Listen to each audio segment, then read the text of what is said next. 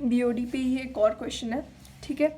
A portion of waste water sample was subjected to standard BOD test 5 days 20 degree Celsius yielding a value of 180 milligram per litre.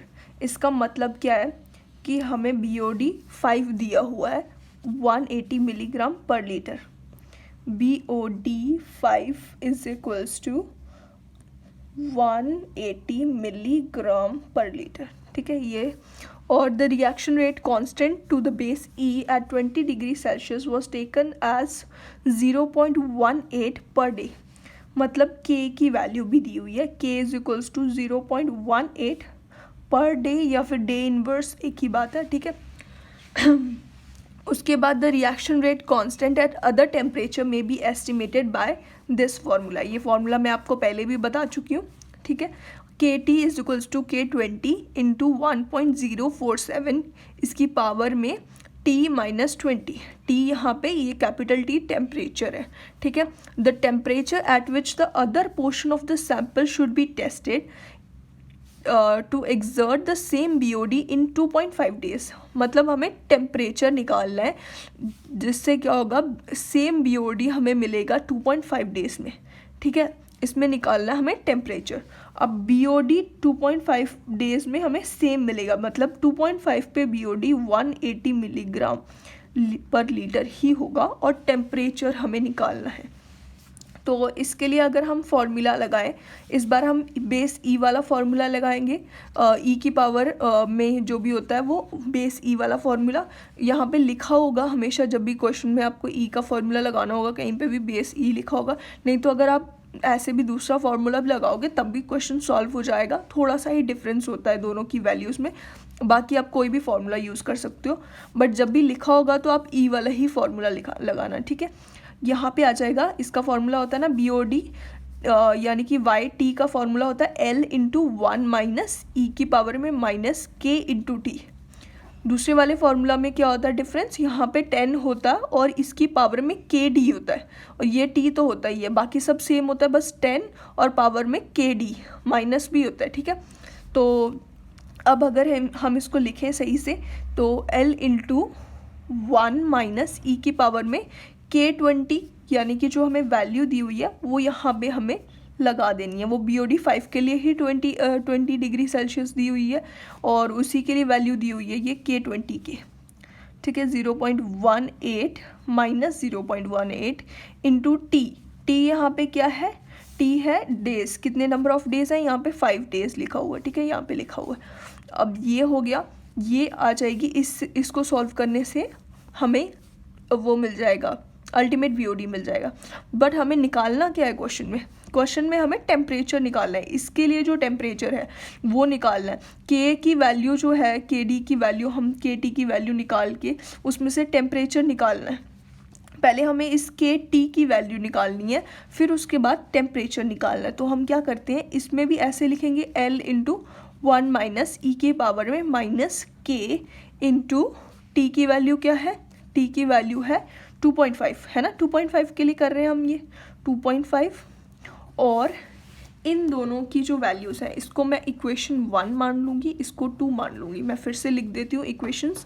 BOD 5 is equals to 180 is equals to L into 1 minus e की power में minus 0.18 into 5, 0.18 into 5 is equals to 0.9, ठीक है ये।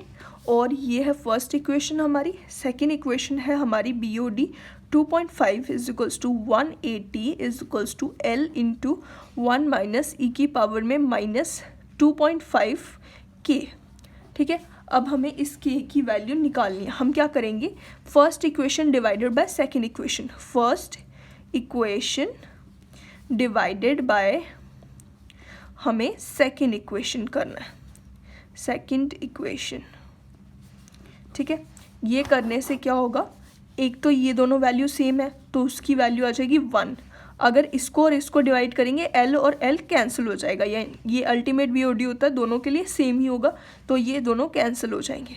ये आ जाएगा 1 minus e की power में minus 0.9 upon 1 minus e की पावर में माइनस 2.5 के, ठीक है। ये आ गया, ये है इसको हम अगर ओपन करें तो ये आ जाएगा 1 माइनस ई की पावर में माइनस 2.5 के is equals to 1 minus e की पावर में माइनस 0.9। ये और 1 और ये 1 जो है इधर इधर ला के एक दूसरे की जगह पे ला के इसको कैंसिल कर सकते हैं हम, तो कैंसिल ही कर देंगे। फिर उसके बाद ये नेगेटिव साइन हो जाएगा, माइनस ई की पावर में 2.5 के, मतलब ये नेगेटिव नेगेटिव भी कैंसिल हो जाएगा। 0.9 ये नेगेटिव नेगेटिव कैंसिल हो गया, ये भी प्लस हो गया। और ई की पावर में दोनों है, यहाँ पे दोनों साइड हम लॉग, नेचुरल लॉग या फिर लॉग लगाएंगे तो क्या होगा, नेचुरल लॉग लगाएंगे कि लॉग तो होता है ना बेस 10 होता है उसका, तो यहाँ पे नेचुरल लॉग लगाएंगे तो ये आ जाएगा माइनस 2.5 के इज इक्वल्स टू माइनस 0.9। मतलब हम यहाँ से के की वैल्यू निकाल सकते हैं जो कि आएगी 0.9 डिवाइडेड बाय 2.5, क्योंकि ये जो नेगेटिव साइन है ये भी कैंसिल ही हो जाएंगे।